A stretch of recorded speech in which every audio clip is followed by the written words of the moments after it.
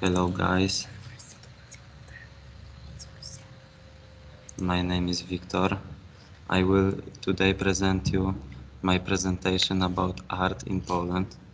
Okay, let's go. Okay, what exactly is art?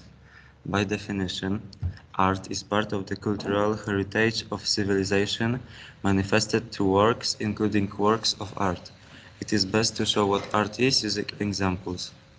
It is film, comic, literature, music, dance, games, theater, opera, painting, drawing, graphics, and much more. As you can see, art can be anything.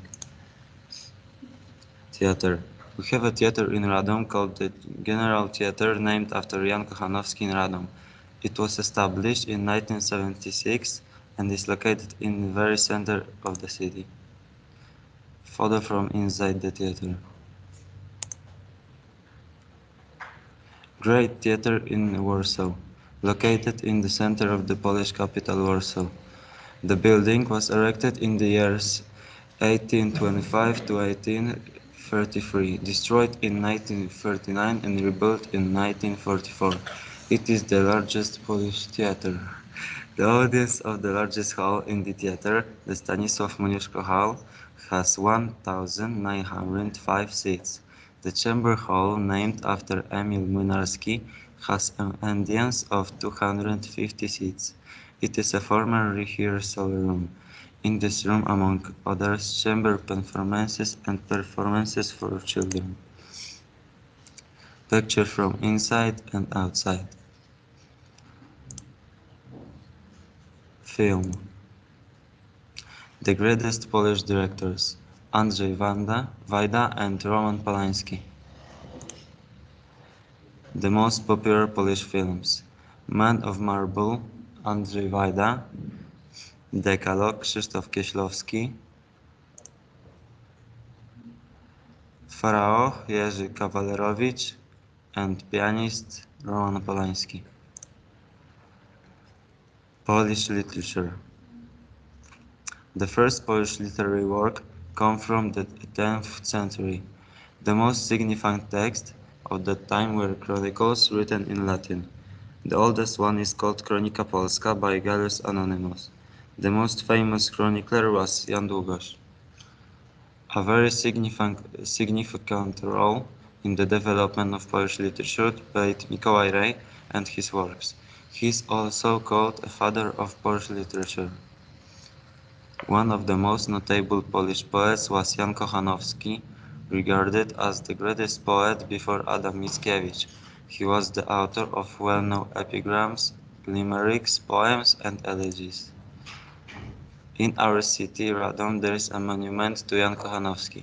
It is located in the city park in the very center of the city.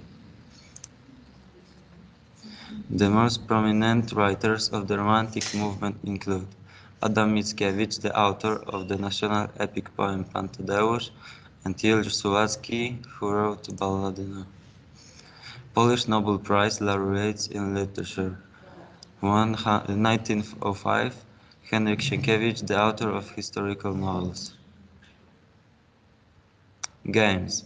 Games can also be considered a more modern art form. Many world-famous games were created in Poland. The most popular game producers from Poland are, for example, CD Projekt and Techland. List of games created in Poland: The Witcher, Shadow Warrior 2, The War of Mine, The Vanishing of Ethan Carter, Cyberpunk 2077, Blair Witch, Sniper Ghost Warrior Contracts, and Ghost Runner. The most interesting cultural buildings in Poland: Gdańsk Shakespearean Theatre, Gdańsk European Solidarity Center, Białystok The Opera and Philharmonic of Podlasie, and Gdańsk Museum of the Second World War. How did art help rebuild Warsaw? Bernardo Canaletto's paintings are characterized primarily by great precision in reproducing details. He refined the costumes, faces of characters, and the landscape and architecture of his own time down to the last detail. This accuracy helped rebuild the city destroyed during the war. It is thanks to the works of Canaletto that it was possible to recreate, among others, today's Old Town and Krakowskie Przedmieście in Warsaw. Here you can see painting from 1767 and photo from now. It is photo from Warsaw. And here you can see a film about Wrocław, which was European Capital of Culture in 2016.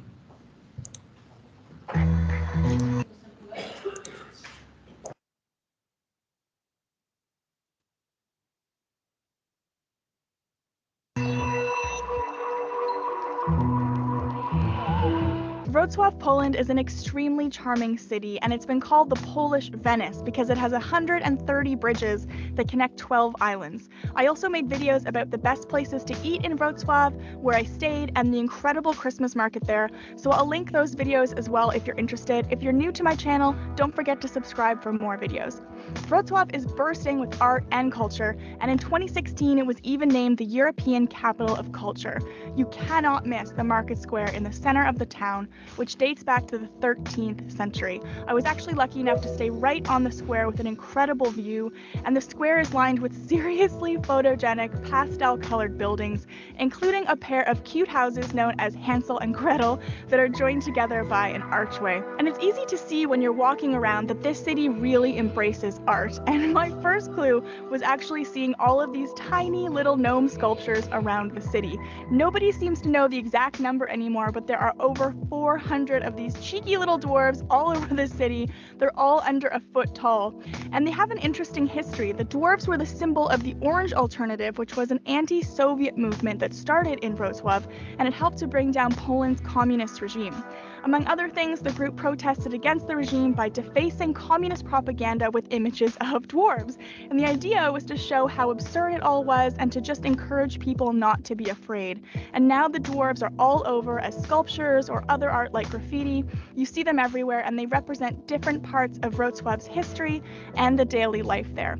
Wrocław really is full of public art, including what was for me a really memorable sculpture, and the Polish name translates to passage or transition, and it was installed in 2005 in Wrocław because that's a city of transitions.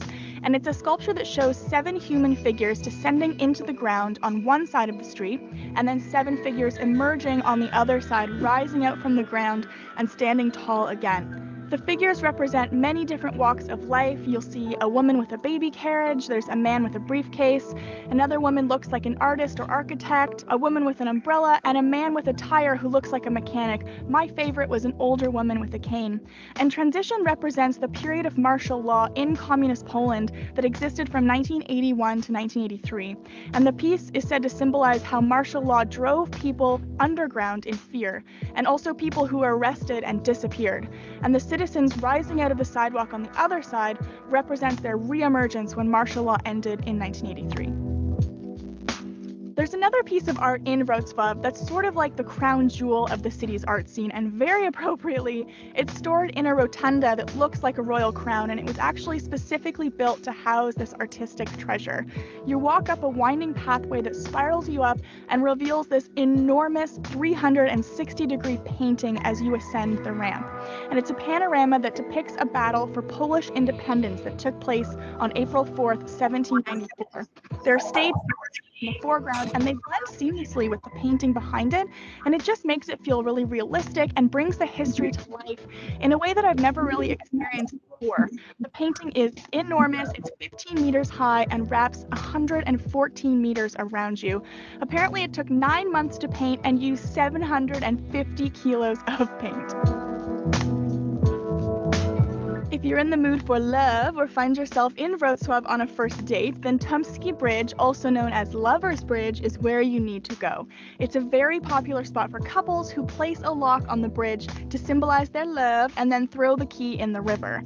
I saw a couple there who were either looking for a place to put their new lock or looking for a lock they'd left behind. I don't know. I also saw a giant red lock, which must represent some pretty serious lovin'.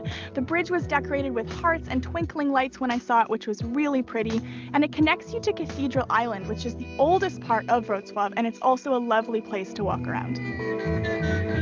This area is also where I saw something I've never seen anywhere else in the world. A lamplighter walking around lighting gas lanterns by hand.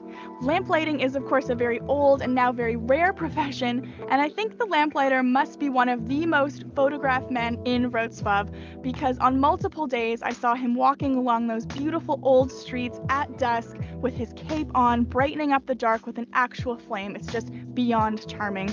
And if you're like me and you find the idea of time travel very appealing, then this is a way to get a sense of traveling back. Okay, that's it for art for now. Thank you for attention.